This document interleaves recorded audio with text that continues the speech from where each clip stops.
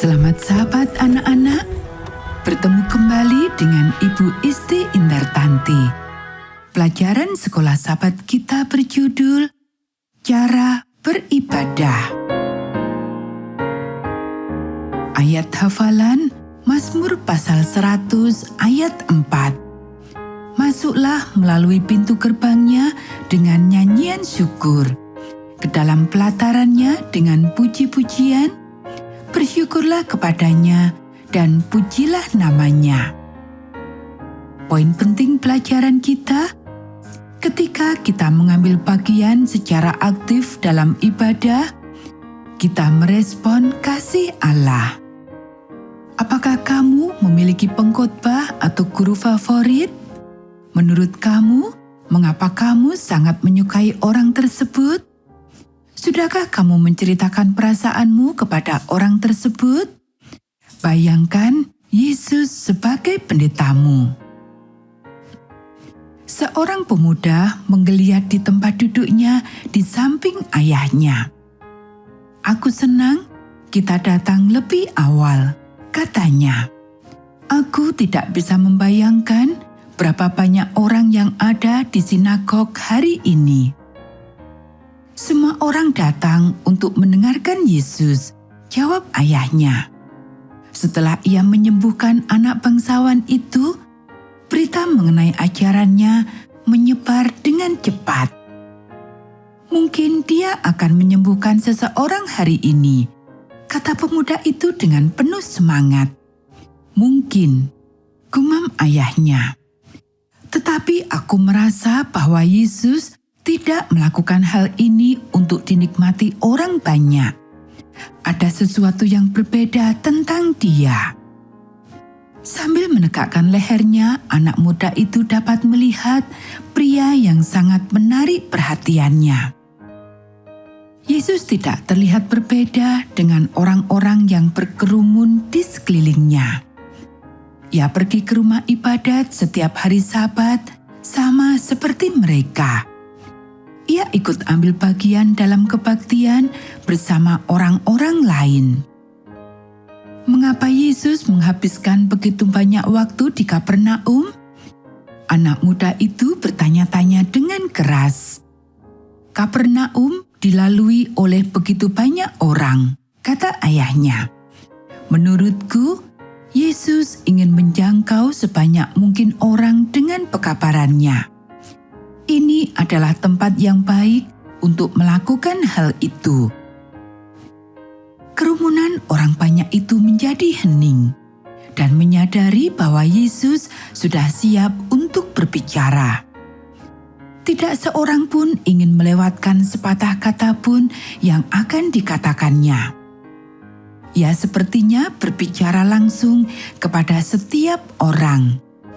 Dan dia menggunakan ilustrasi dari kehidupan sehari-hari yang dapat mereka pahami.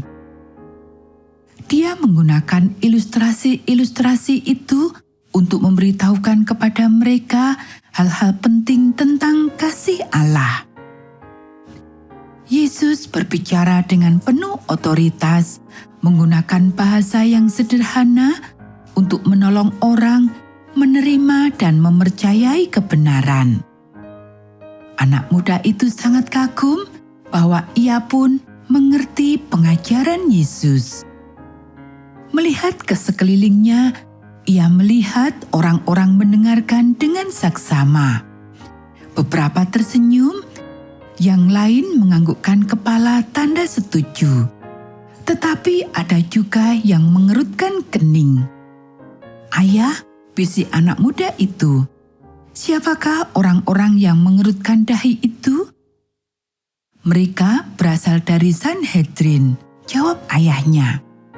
"Ada yang mengatakan bahwa mereka mengikuti Yesus dari satu kota ke kota lain, mengumpulkan informasi tentang apa yang dia lakukan."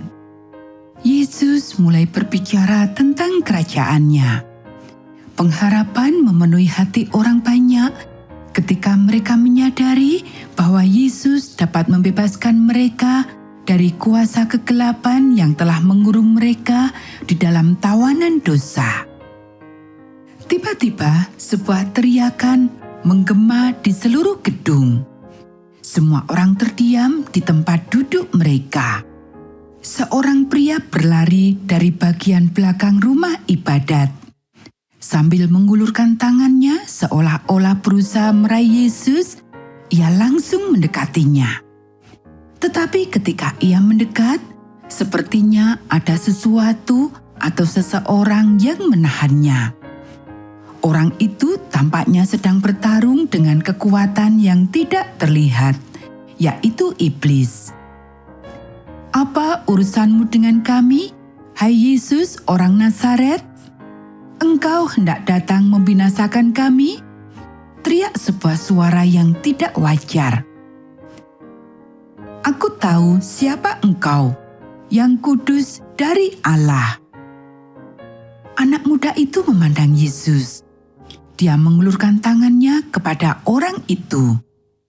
Tampaknya ada kesedihan dan kemarahan di wajahnya pada saat yang sama. "Diamlah," Yesus memerintahkan. "Keluarlah daripadanya." Setelah satu pergumulan terakhir, roh jahat itu menurut. Kerumunan orang banyak mulai bersungut-sungut.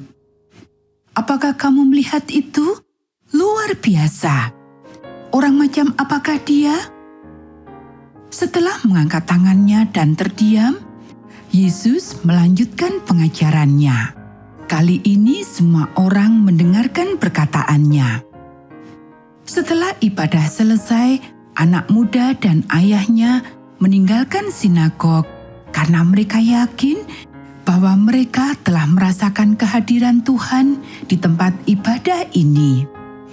Mereka bersyukur atas kesempatan yang mereka miliki untuk menjadi saksi kebaikan dan kuasa Allah yang menaklukkan kejahatan.